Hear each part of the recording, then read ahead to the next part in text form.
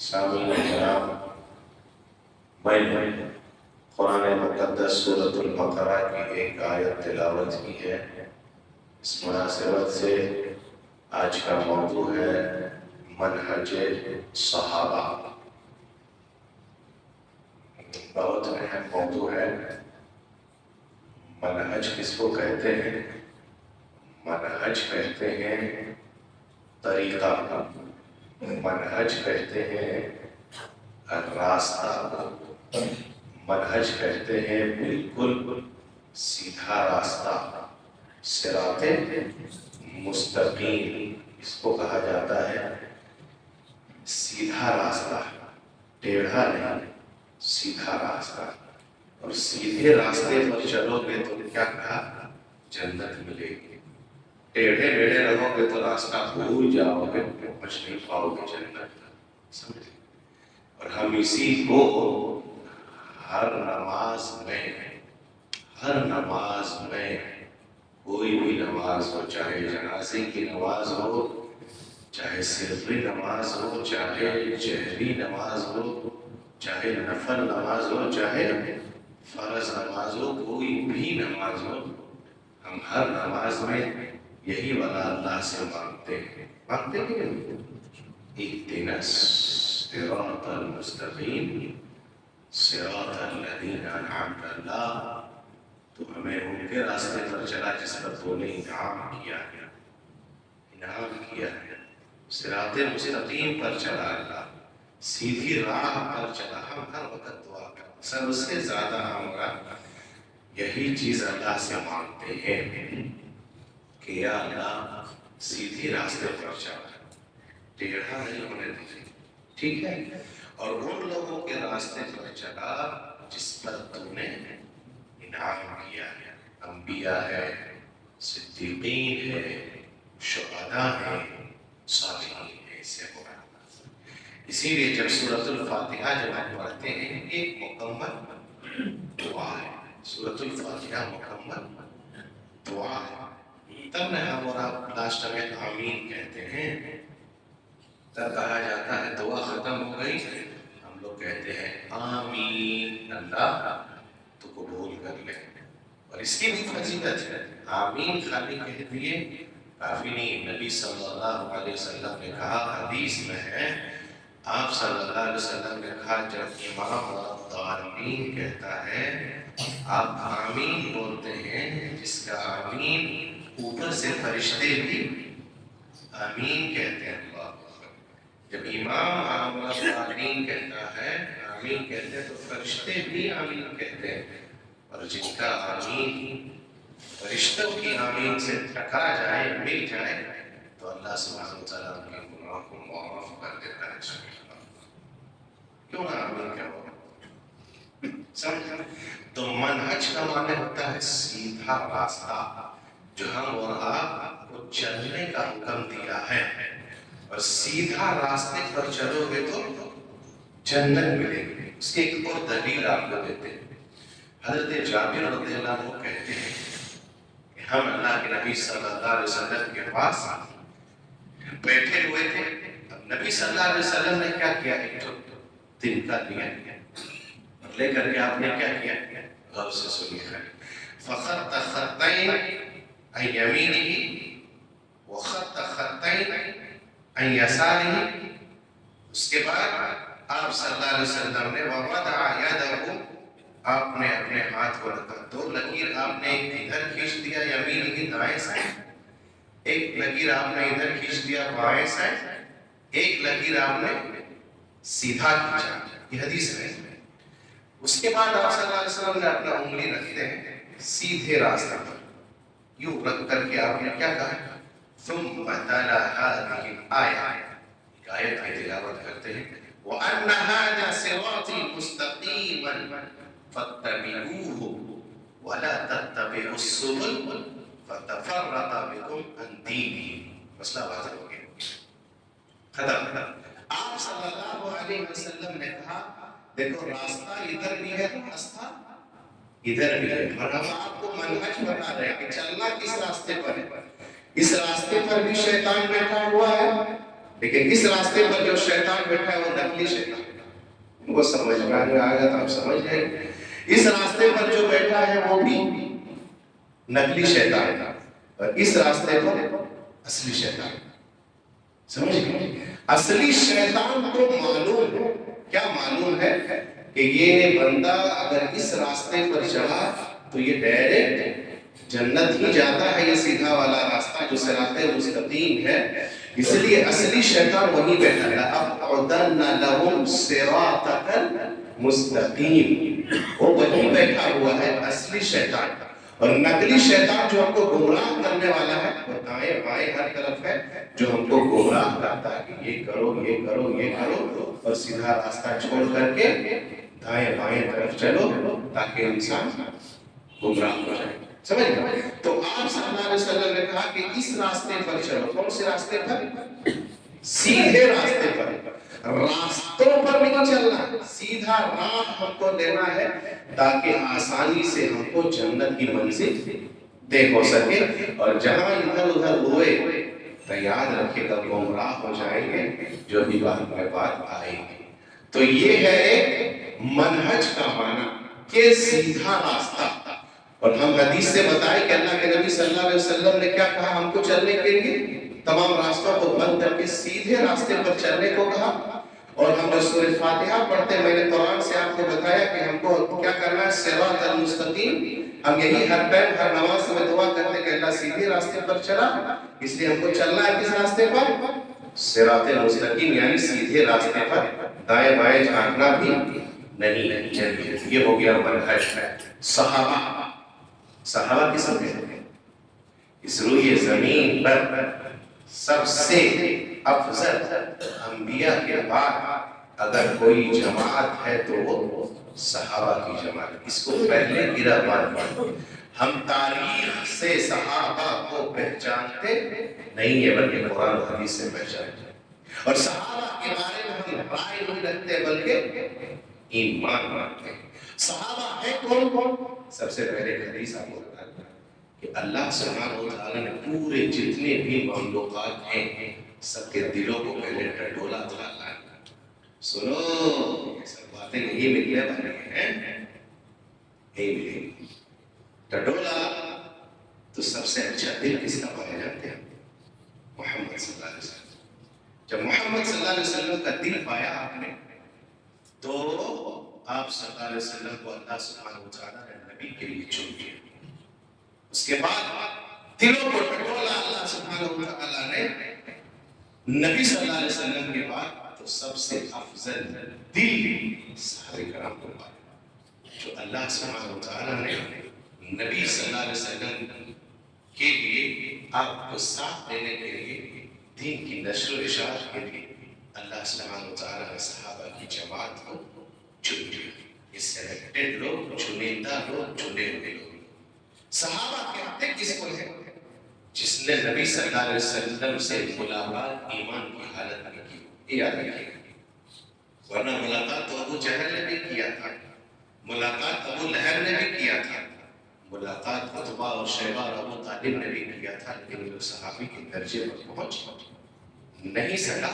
جس نے نبی صلی اللہ علیہ وسلم سے ملاقات ایمان کی حالت میں کی ہو اور وفات بھی ہوئی ہو آپ کی، تو یہ یاد رکھیے، خالی ملاقات نہیں، وفات بھی ہوئی ہو آپ کی تو ایمان کی حالت میں ہوئی ہو، یہ ہے صحابہ۔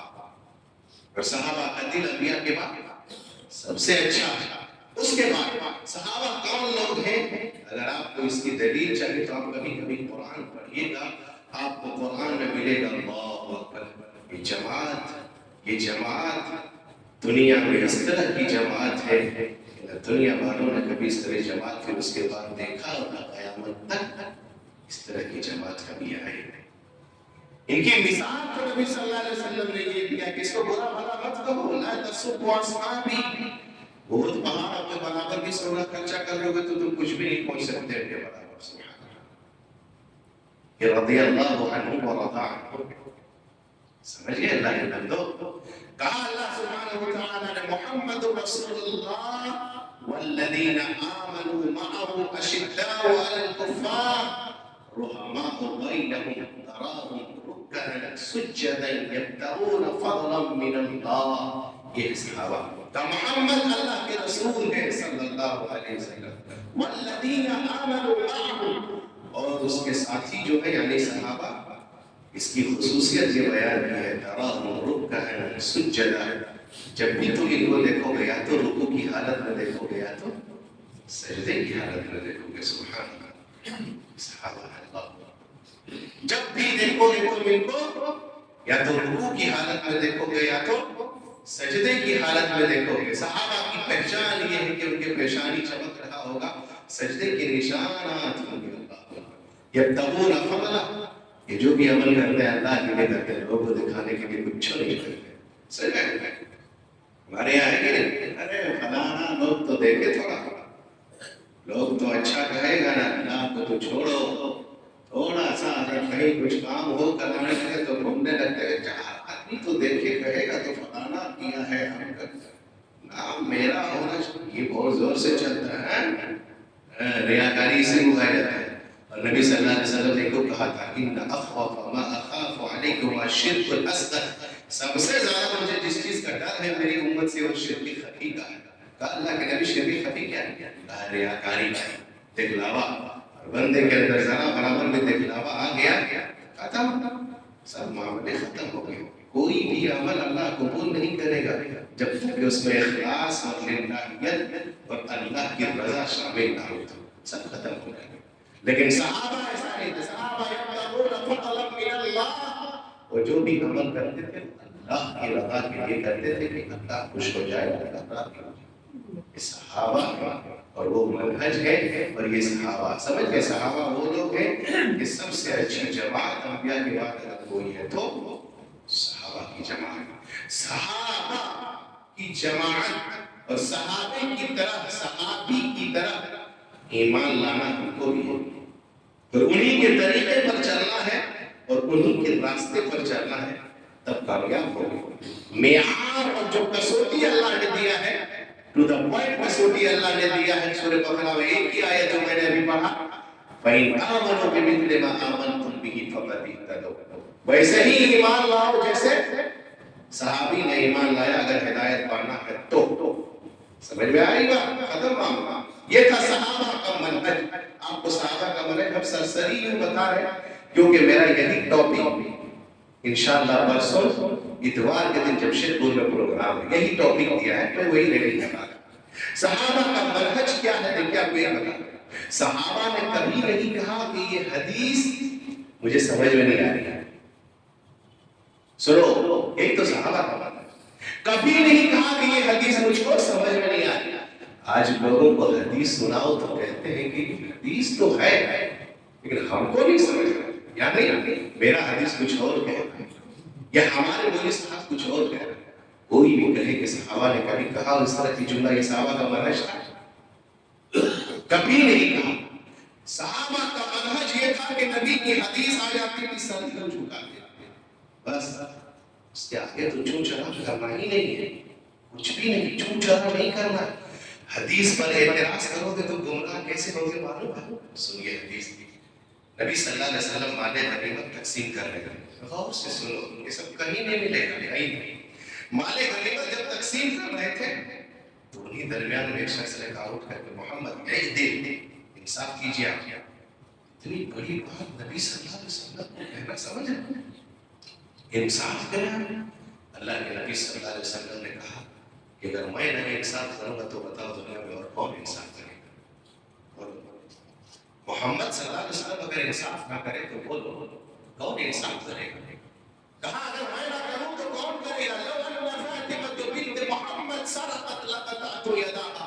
محمد تو وہ ہے چہرہ نہیں دیکھتا، محمد تو وہ ہے جو رشتہ داری نہیں دیکھتا صلی اللہ علیہ وسلم. اگر میری بیٹی فاطمہ بھی چوری کرے گی تو پہلے محمد اپنی بیٹی کا ہاتھ کاٹ لے گا. محمد ہے، میں اگر انصاف نہیں کروں گا تو کون کرے گا؟ اتنا کہنا تھا کہ عمر رضی اللہ عنہ کا تلوار یوں بیان سے دھیرے دھیرے نکل رہا تھا کہ نبی کا اجازت نہیں ہے صلی اللہ علیہ وسلم. کہا کہ گردن اڑا دیں گے، اتنی جرأت تمہیں ہو گئی. محمد صلی اللہ علیہ وسلم تو کہتے ہوئے کہ تم انصاف تو آپ انصاف نہیں. اللہ کے نبی نے کہا عمر چھوڑ دو. کہنے لگے گا کہ محمد اپنے ساتھیوں سے ساتھی کو لوگوں کو مرواتا ہے اس لیے چھوڑ دو. حدیث پر اعتراض کرتے ہو گمراہ ہو جاؤ گے. کہتے ہو کہ نہیں ٹھیک ہے حدیث تو ہے مگر ہمارے مولوی صاحب کچھ اور کہہ رہے ہیں, ہمارے امام صاحب یہ حدیث نہیں بیان کر رہے, تمہارے امام کی اوقات کیا ہے حدیث کے سامنے بولو. صحابہ کا یہ منہج ہے, ارے امام تو کچھ نہیں, مولوی صاحب تو کچھ نہیں, ہستی بزرگ ہستی پر گزشتہ ہستی انبیاء بھی آ جائے تو نبی کے حدیث کے سامنے کچھ اوقات نہیں ہوں گی. حدیث سنو. حضرت عمر فاروق تورات پڑھ رہے تھے, تورات کا نسخہ پڑھ رہے تھے, پڑھ رہے تھے کہ نبی صلی اللہ علیہ وسلم نے دیکھا, آپ صلی اللہ علیہ وسلم نے دیکھ کر کے کیا چہرہ آپ کا غصے سے لال ہو گیا. کہا عمر تورات پڑھ رہے فوراً کر رہتے ہوئے, امام کی کیا اوقات ہے حدیث کے سامنے کہ میرا یہ ہے. نبی صلی اللہ علیہ وسلم نے بس کہا کہ لو کان حیّن بموسیٰ, اے عمر تورات پڑھ رہے ہو, اگر صاحب تورات موسیٰ بھی آ جائے تو اس کو میرے پیچھے چلنا ہوگا. کیا سمجھتے ہیں امام اور حدیث کی کہتے ہیں کہ میرا تو سمجھ اس صحابہ کا منہج نہیں تھا. تو بات نکل جائے نوبر نے کہا اسے قتل کر دیا, نہیں قتل مت کیجیے, اس سے وہ فرقہ نکلے گا, وہ جماعت نکلے گی جس کو خوارج کہا جاتا ہے. یہ قرآن تو پڑھے گا لیکن قرآن اس کے حلق سے نیچے نہیں اترے گا, دین سے ایسے نکل جائے گا جیسے تیر کمان سے نکل کر کے چھوٹ جاتا. سمجھ آ رہی بھائی, حدیث پر اعتراض نہیں کرنا ہے. نبی صلی اللہ علیہ وسلم کی حدیث آ جائے تو صحابہ کا منہج یہ تھا سر جھکا دیتے تھے, کبھی نہیں کہتے تھے کہ حدیث تو ہے لیکن سمجھ میں نہیں آ رہی ہے یا ہمارا کچھ ہو رہا ہے, میرا کچھ منہج ہے. اور صحابہ کیسے اتباع کرتے تھے نبی صلی اللہ علیہ وسلم کی بات میں کئی بار بتا چکا ہوں. اللہ کے نبی خالی کہہ رہے تھے کہ بیٹھ جاؤ یہاں جمعہ کے دن منبر سے, ایک صحابی وہی دروازے پر بیٹھ گئے. کہا کہ وہاں کیوں بیٹھ گئے؟ کہا اللہ کے نبی آپ نے کہا بیٹھ, یہ تھا منہج, چھوٹ جانا کچھ بھی نہیں. وہ کہا وہاں کیوں بیٹھ گئے دروازے پر؟ کہا اللہ کے نبی آپ نے کہہ دیا تو ہم بیٹھ گئے. انما كان قول المؤمنين اذا دعوا الى الله ورسوله ليحكم بينهم ان يقولوا سمعنا واطعنا. بس کچھ نہیں, کچھ بھی بات حدیث کے آ جاتی تھی بلا چوچرا, وہ لوگ تسلیم کرتے تھے کہ نہیں سمعنا واطعنا, اس کی اطاعت کرتے تھے اور قبول کرتے تھے. چون چرا نہیں کرتے تھے کہ حدیث تو مولوی صاحب آپ ٹھیک کہہ رہے ہیں لیکن ہمارا حدیث کچھ اور ہے, آپ کو ایک اور دلیل دیتے ہیں. یہ صحابہ کا منہج تھا. حضرت عمران بن حسین کہتے ہیں کہ ہم حدیث رسول بیان کر رہے تھے, مجلس میں ایک شخص نے اٹھ کر کے کیا کہا کہ آپ صحیح کہہ رہے ہیں, بعض حکما بھی یہی کہتے ہیں. حضرت عمران بن حسین کا اتنا سننا تھا کہ غصہ اور سر پہ چڑھ گیا. کہا میں حدیث رسول بیان کر رہا ہوں, تم دوسرے کو کون پیش کر رہا؟ اللہ, میں حدیث رسول بیان کرنا کے بندو حدیث میں سنا رہا ہوں اور تم دوسرے کا قول فلاں امام کا فلاں حکیم کا قول بیان کر رہے ہو. تو اس لائق کا تجھے جیل میں ڈال دیا جائے اور وہیں کا کوڑا برسایا جائے. تیرے سامنے جب حدیث سنایا جائے تو فلاں فلاں کی قول ہمارے سامنے سناتے نبی کی حدیث کے سامنے. تو نبی صلی اللہ علیہ وسلم کی حدیث جہاں پیش کی جائے, صحابہ کا منہج کہتا جانتے ہو چھوٹا تھے, چھوٹ چرا نہیں کرتے. ایک بات اور بتاتے ہیں, صحابہ کرام میں بھی اختلاف ہوا, یہ نہیں کہ اختلاف نہیں ہوا اختلاف, لیکن بولو حل کیسے کیا ہم لوگوں نے؟ قرآن حدیث سے حل کیا کہ نہیں؟ فَإِن تَنَازَعْتُمْ فِي شَيْءٍ فَرُدُّوهُ إِلَى اللَّهِ وَالرَّسُولِ. خود اللہ نے کہا ہے کہ اگر تمہارے درمیان اختلاف ہو جائے تو کدھر جانا ہے؟ بولو کدھر جاؤ گے؟ قرآن کی طرف جاؤ اور حدیث کی طرف جاؤ. لوگ کہتے ہیں کہ مولوی صاحب مت کہو, جو اپنا کر رہا ہے وہ اپنا کر رہا ہے, وہ اپنا کر رہا ہے وہ اپنا کر رہا ہے. بہت بیٹھ کے بات بتانا. بولو نبی صلی اللہ علیہ وسلم نے کہا کہ جو اپنا اپنا کر رہا, بولو سب کو اپنے اپنے حساب سے کرنے تو چل جائے گا. کبھی نبی صلی اللہ علیہ وسلم نے کہا کہ ٹھیک ہے سب اپنے اپنے حساب سے عمل کرنا؟ کیا کہا تھا کہ سب اپنے اپنے عمل حساب سے اپنے اپنے عمل کرو؟ نبی صلی اللہ علیہ وسلم نے تو یہ کہا کہ تمہارے درمیان کچھ لوگ ایسے پیدا ہوں گے جو لمبی داڑھی والے ہوں گے، جبہ کپا سب کچھ ہوگا، تمہیں قرآن اور حدیث دین کی طرف بلائیں گے، لیکن دین کی طرف نہیں، وہ جہنم کے دروازے کی طرف تمہیں بلائیں گے۔ ہوں گے تمہارے ہی ایسے لوگ جو تمہیں جہنم کے دروازے کی طرف بلائیں گے اور تمہیں ایسی ایسی حدیث سنائے گا جو نہ تم نے سنی ہے نہ تمہارے باپ دادا نے سنی ہے۔ بولو سب اپنے اپنے حساب سے کرے چل جائے گا کیا؟ میرے نبی نے کبھی ایسا کہا کہ سب اپنے اپنے حساب سے کرے؟ بولو صحابہ کا منہج یہ نہیں، اختلاف ہوا صحابہ کرام میں، لیکن آپ نے سہارا کیا دیا صحابہ کرام نے؟ قرآن اور حدیث، بس ختم۔ اس کے علاوہ تیسری چیز ہے ہی نہیں، نہ جانتے۔ حضرت عباد بن ساریہ کہتے ہیں، حدیث بہت مشہور ہے ابو داؤد کی، نبی صلی اللہ علیہ وسلم خطبہ دے رہے تھے اور اتنا بلیغ خطبہ دیا آپ نے کہ صحابہ کرام کی آنکھوں سے آنسو کی لڑیاں بہہ گئیں۔ رونے لگے، کہا اللہ کے نبی ایسا لگ رہا ہے کہ آپ ہمارے درمیان سے رخصت ہونے والے ہیں، جدا ہو رہے ہیں، کچھ وصیت کیجیے۔ تو اللہ کے نبی صلی اللہ علیہ وسلم نے کہا اوصیکم بتقوی اللہ، میں یہی وصیت والسمع والطاعہ۔ اس کے بعد نبی صلی اللہ علیہ وسلم نے کہا کہ وَمَن يَعِشْ مِن بَعْدِي فَسَيَرَىٰ اخْتِلَافًا كَثِيرًا۔ یہ کہا تھا نبی صلی اللہ علیہ وسلم نے کہ میرے بعد یاد رکھو گے بہت زیادہ اختلاف ہوگا، بہت زیادہ اختلاف ہوگا، لیکن نبی نے حل بھی بتایا، کہا تم کیا کرنا؟ سنت الخلفاء والراشدین والمہدیین عضوا علیہا بالنواجذ، حدیث کے صفحات میں یہ مکمل عبارت درج ہے، کہا کہ اختلاف ہوگا لیکن تم سہارا لینا کیا؟ صرف میری کتاب سنت رسول صلی اللہ علیہ وسلم کو، اللہ کی کتاب قرآن مجید کو، اور صحابہ کے راستوں کو مت چھوڑنا، یہ صحابہ کرنا۔ اختلاف ہے تو کیا پکڑو گے؟ بولو قرآن و حدیث کی طرف، کہیں اور جانا نہیں۔ اب نبی صلی اللہ علیہ وسلم کا بھی ڈیڈ باڈی لاش موجود ہے، دیکھو اختلاف کیسے ہوتا ہے۔ ابھی سانس نکلا ہی تھا نبی صلی اللہ علیہ وسلم کا، سانس نکل گیا، میت کو دفنایا نہیں گیا ہے، اب لوگوں میں اختلاف ہو گیا کہ نبی کو دفنایا جائے تو کہاں جائے گا۔ صحابہ کا منہج تھا کہ حدیث اگر سنا دیتے، جیسے میں حدیث سنا رہا ہوں تو وہ کہتے نہیں تھے کہ فلاں مولوی صاحب نے یہ حدیث اس طرح کہا، حدیث پر عمل کرتے تھے، اور نہیں سمجھ میں آتا تھا تو صحابہ کرام نبی صلی اللہ علیہ وسلم کے سامنے وہی پوچھتے تھے جو بھی بعد میں ہم بتائیں گے۔ اور لوگ اگر اپنے فہم سے قرآن و حدیث کو سمجھے گا اور استدلال کرے گا تو یاد رکھو وہ گمراہ ہو جائے گا، گمراہ ہو جائے گا، گمراہ ہو جائے گا، گمراہ ہو جائے گا، جو میں اتنے بار کہا۔ اور آج جو ہمارے نوجوان ڈاکٹر اسرار اور انجینئر مرزا کی جو تقریریں سن رہا وہ خود گمراہ ہے، گمراہیت کی دلیل ہے، اپنے فہم سے نہیں سمجھے گا۔ آپ کو ایک دلیل دیں گے، بھائی دلیل سنو تب سمجھ میں آئے گا۔ قرآن میں آئے کلوا واشربوا حتی یتبین الخیط الاسود من الفجر، کہ کیا کرو تم لوگ جب رمضان میں تک گھڑی نہیں چلتا تھا، دھاگا لے لو دیکھو، ایک سفید دھاگا ایک کالا دھاگا، جب دونوں میں پہچان کر سکو تو سمجھ جانا سحری کھانا بند کر دو۔ اپنے فہم سے قرآن حدیث سمجھو گے تو گمراہ ہو جاؤ گے۔ ویسے ہی سمجھنا ہے جیسے صحابہ نے سمجھا، یہ منہج ہے صحابہ کا۔